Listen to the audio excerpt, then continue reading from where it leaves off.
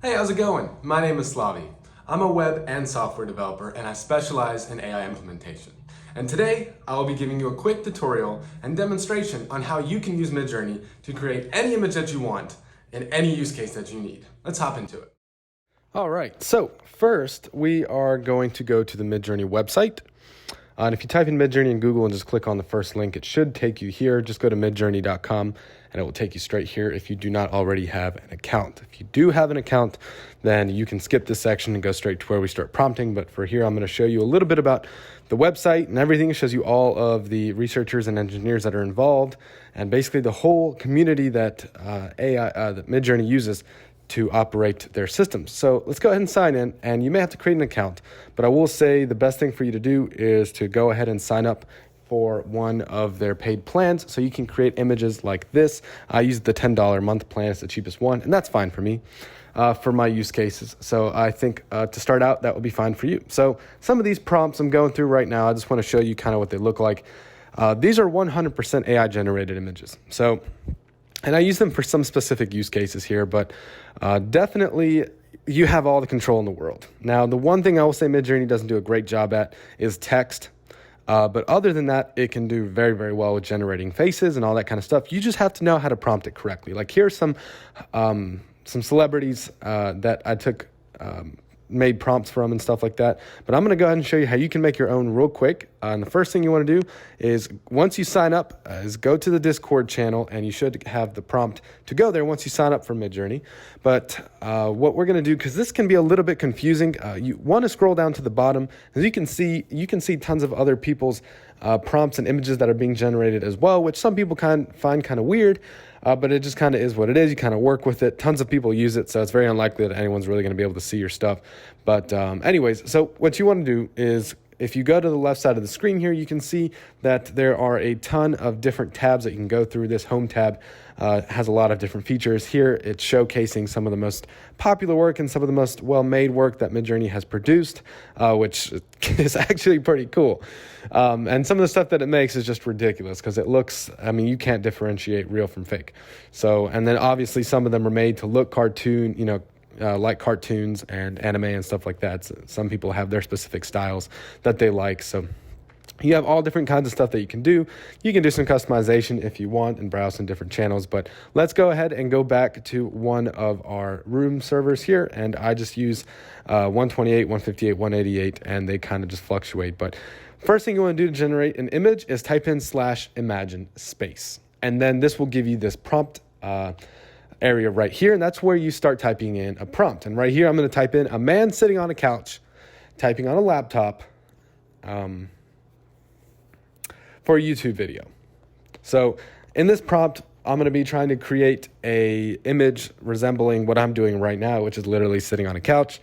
And I am creating a little demonstration on how to use this exact software. All right. And what you see right here, this --V5, this is how you select different versions of Midjourney. Right now, version 5, as of the making of this video, is the best version that's out and the most capable version of producing the highest quality images. And this right here, this --AR, that is how you control your aspect ratios. So how you want your images laid out in terms of ratio wise. So 4:4 is literally just a square. It's equal width, equal length. And so it's width length ratio. And then this --stylized 0, that is how you tell Midjourney how creative you want their algorithms to be. I leave it at 0 when I'm trying to create realistic images, because that doesn't alter, that Midjourney's algorithms don't touch my prompt. It essentially, at least their creative ones don't touch my prompt. So I just stick with 0 if you're trying to create the most realistic looking photos, and then 100 will kind of be the most, they'll still look realistic, but it'll look very altered. And that's just something you'll have to play around with if you're trying to get a better feel for it. Like if you're trying to create a really colorful bird that likely doesn't exist, then you would do stylize 100, something like that, for example. But if you're trying to look like create a picture of a bird that does not look super colorful and looks very real, then you would do stylize 0. And so in this scenario now, what you have to do when you hit enter and you ask it to start creating the pictures, you kind of have to wait for it a little bit, which, you got to give it, a little bit of time. It's a very complex algorithm and it does a lot of processing.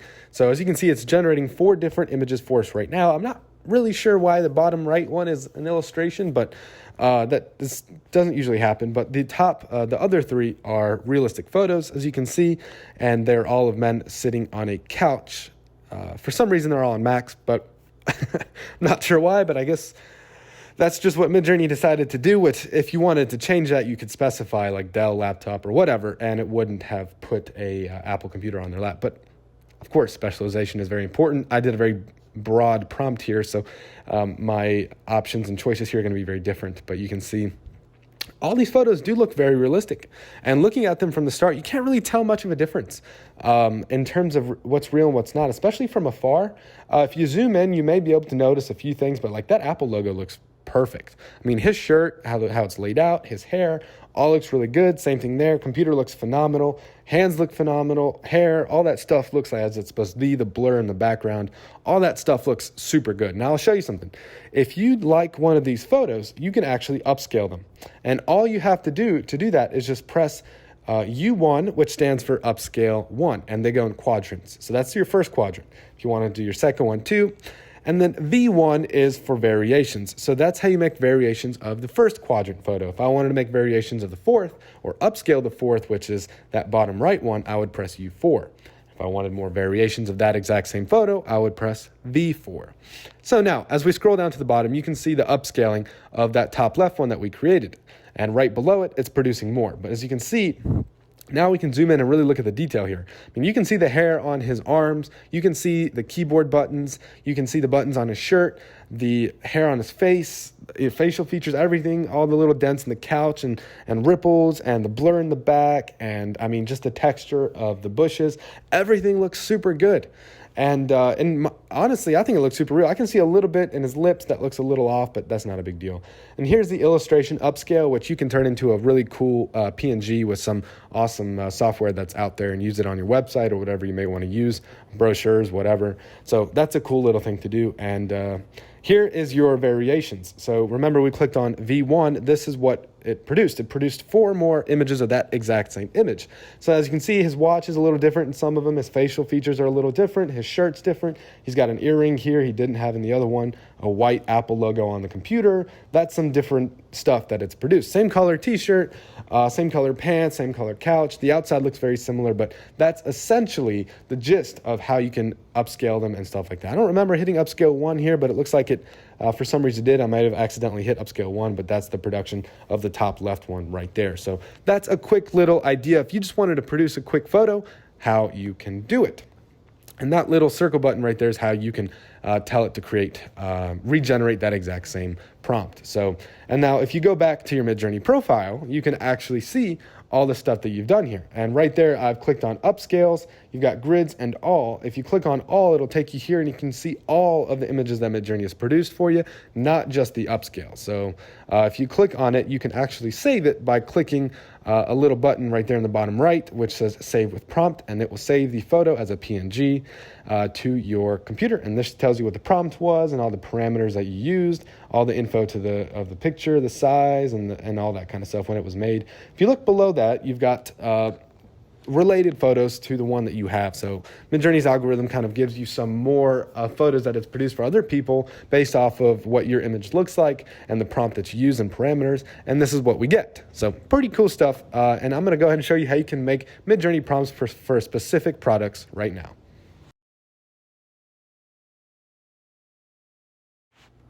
All right, so now I'm going to show you some creative ways that you can create templates for some of your products, or for like if a business wanted to use this for a product. Let's just say in this example, we are going to use how to create models for a t-shirt company that produces t-shirts and wants to display their designs on a t-shirt. So the way that we're going to approach this for now, because Midjourney is not great at copying images, but I'm going to show you how you can basically have free actors, right? So this is essentially how it's going to work. What we're going to type in is hit /imagine, just like we did last time. And now prompting here is very important. And this is where some experience kind of may help out, and some practice may also help to get the right prompt and the right image. I will say may take hundreds of attempts, especially if you're trying to get something very, very precise. And it may need a very large prompt. But like I said, In this scenario, I'm just kind of going to cover over the basics and allow you to use your creativity to create what you want to create. But if we wanted to create a model for a t-shirt, right now we're going to create 2 different variations, and I'm thinking of this off the fly. We are going to create a male and a female version, and we are going to create both of them in different diversities, and just to have multiple options. So the first thing we're going to do is we're going to type in a male, start with a male, and we're going to do, we need to specify the ethnicity here just because, we want to be as precise as we possibly can.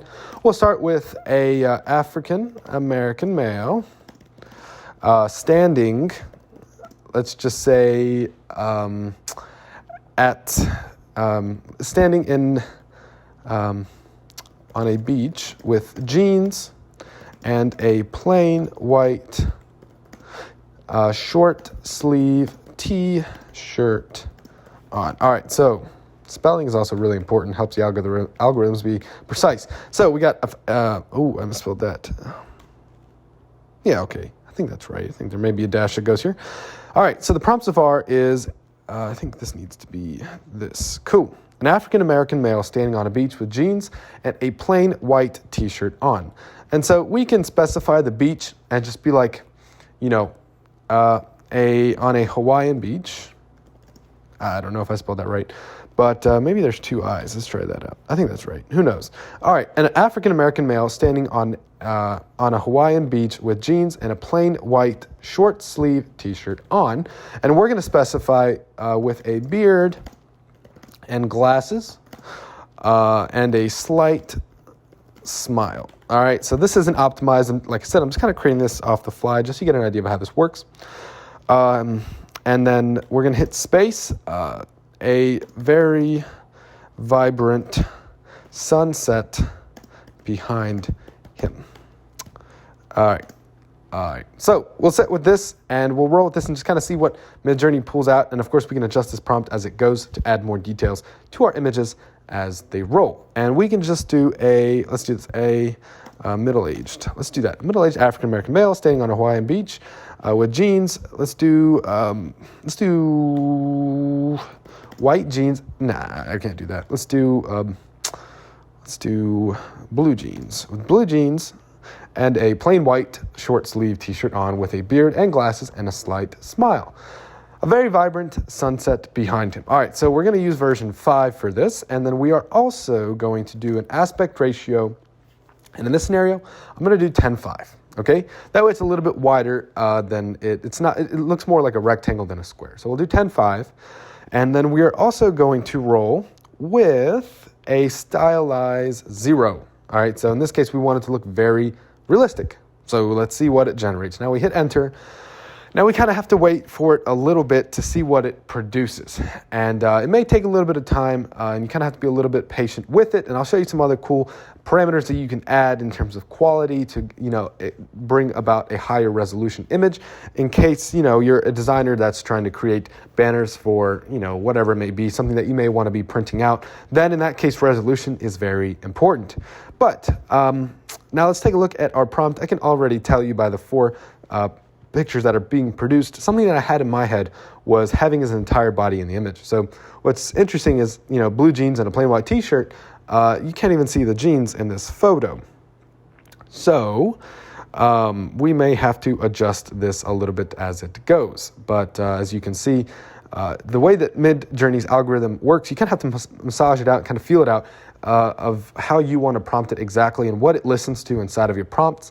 Like a very vibrant sunset might have went better behind this first little bit, the sentence right here, because the more stuff you add after, I feel like the less attention it pays to the stuff that you added first. And so like you'll notice in this these generations right here, the white t-shirt is something that was slightly ignored. So I may have to specify that again in some of my prompts. So, and also, you can tell that these don't look as realistic as some of the other ones did, right? They look kind of artistic-y in a way. So what we're going to do to get around that is I'm actually going to copy this prompt again. And we're going to go down here and type in /imagine. I'm going to paste this right here. Awesome.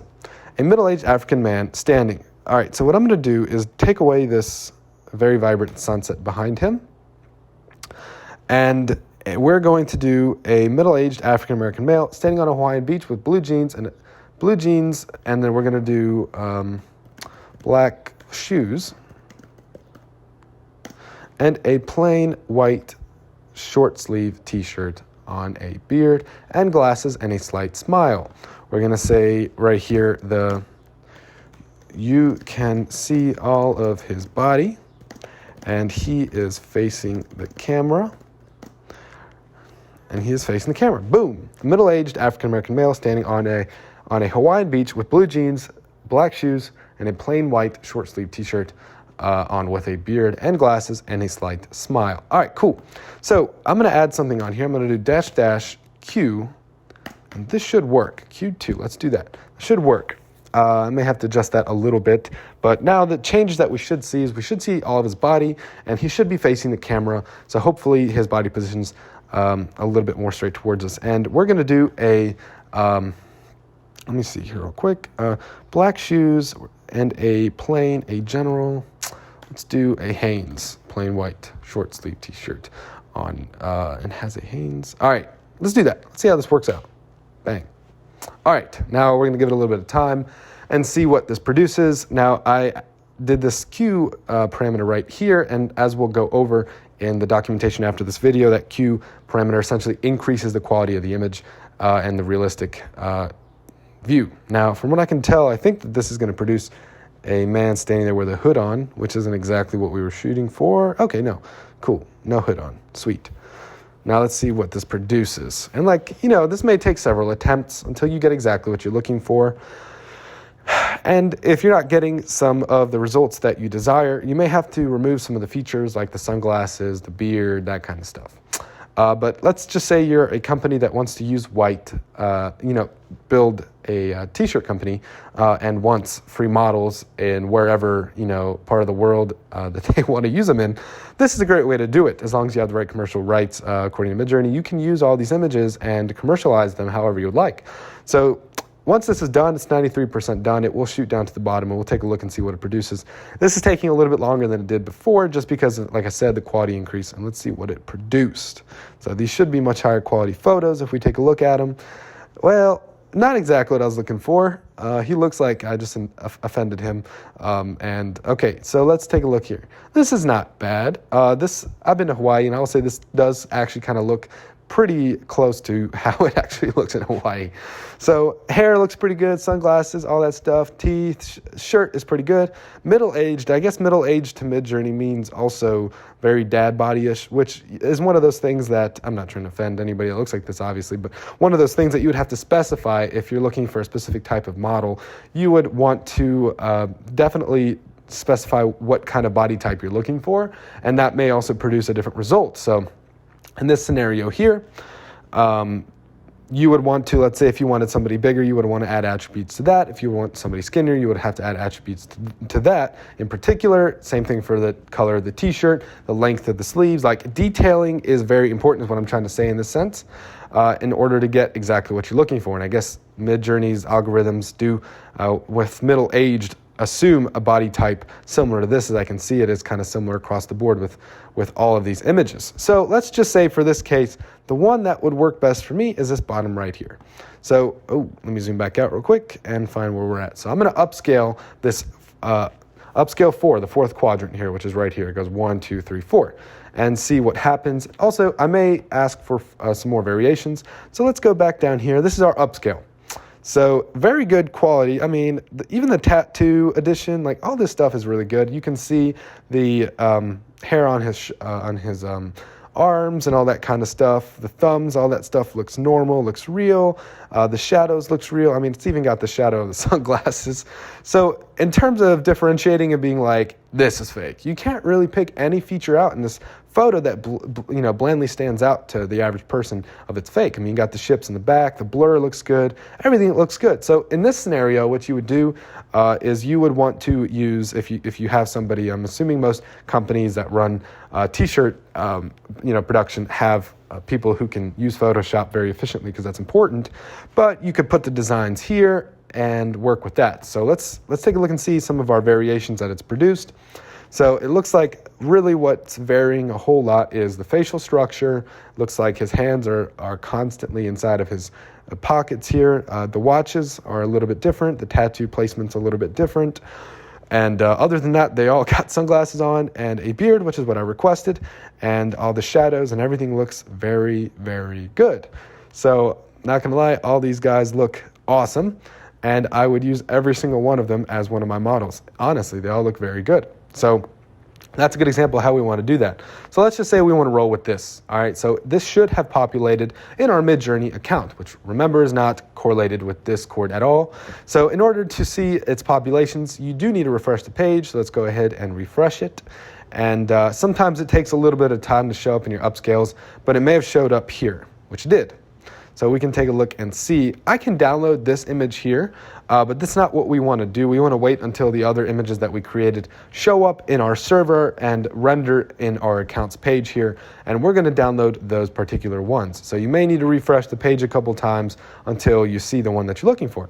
And this is the one that we are looking for, so I'm going to go ahead and download it and inspect and see what it looks like right here. Let's take a look and see. There we go. So now, you know, if anyone's got any Photoshop skill, all you really need is to take this image and slap a design on it, which I'm going to also say for the people out there who are interested, one cool thing that you could also do now is let's just say /imagine. And now I'm going to show you how you can create a little logo or design that you can place on a t-shirt. So we're going to do /imagine, imagine a cool, simple t-shirt design I could put on a white t-shirt. And then we can specify the design to look something. Let's just leave it at that and see what it comes up with. We're going to type in a cool illustrative because that's an important trait to have. I don't know if I spelled that correctly. And what we're going to do in this scenario is we're going to use the 5th version again, and we're going to now do the aspect ratio of 4. That way it's a square because that's what we want. And what we're also going to do here is stylize 100. So we're going to maximize it because we're asking for an illustrative design, which in that case, we want Midjourney's artist algorithm that's back there waiting for it to be used to alter our image to make it look very artistic-y. So we've got what we want here. We're going to hit enter and see what it produces. Now we're going to wait. Now, one thing that we may get out of this, which I didn't think about, but like I said, prompting takes a lot of effort and time. But one thing we may get out of this that we don't want is this design showing up on an actual person. And now what we should have specified in the prompt is you know, the design not on a person, not on a t-shirt. But we'll see what it gives us and if we can use it. And I can give you a quick idea of how you can quickly scrape this and use it to your advantage if you're trying to get a little t-shirt design. And I can already tell you some of these are going to be perfect. Okay, and it looks like it's gone the landscaping route, which is something we didn't specify. It's just one of the things that Midjourney decided it was going to run with, and it's going to roll with some landscapey stuff. And so I can already tell you these would be very easy to extract. And I'm not going to go into, this isn't what this tutorial is about, but it's made them basically perfect for you to just pull out and slap on those t-shirts. And these 3 right here, this top left one, not so much, but I could take any of these designs right here, which are phenomenal. It's about to shoot down to the bottom, so let's wait for that for a second. Perfect, bam. All right, and not with much prompting. These are all cool designs. And all you would really have to do, there's some cool apps out there like Pixel Cut, for example, which you can essentially place this image in Pixel Cut and have it cut out this image exactly how it needs to be cut out, and all of the rest of the image, like this white space, would be deleted, and all you would really have to do is save that image, and then you could plop this on the t-shirt. And honestly, since he has a white t-shirt on, you could just take this and plop it on there because it's all white, right? But ideally, you would want this as a PNG with a transparent background, which is how Pixel Cut would come in handy. And, you know, there's other ones, Photoshop, that you could use. Pixel Cut's just the quickest one to make mock-up designs. So it's a little pricey, but it is very, very efficient and definitely worth it. Same thing for these. Lots of black space that you can easily identify this and just use Pixel Cut to grab this design, and then you could slap it on this image. So pretty cool little thing right there. If you want to take that and run, you could use this and build so many cool things. And if you're just hanging out one day and you want some cool ideas, I just like to scroll through here and see what other people are making and, kind of take that in as input and try to be creative and create my own stuff just based off of seeing what other people are doing if you're running out of ideas one day. So as a designer, you can use this as your benefit. Kind of sucks because you can see that this is heading in a direction of taking people's jobs as designers. Now, with that being said, operational positions are going to be very important.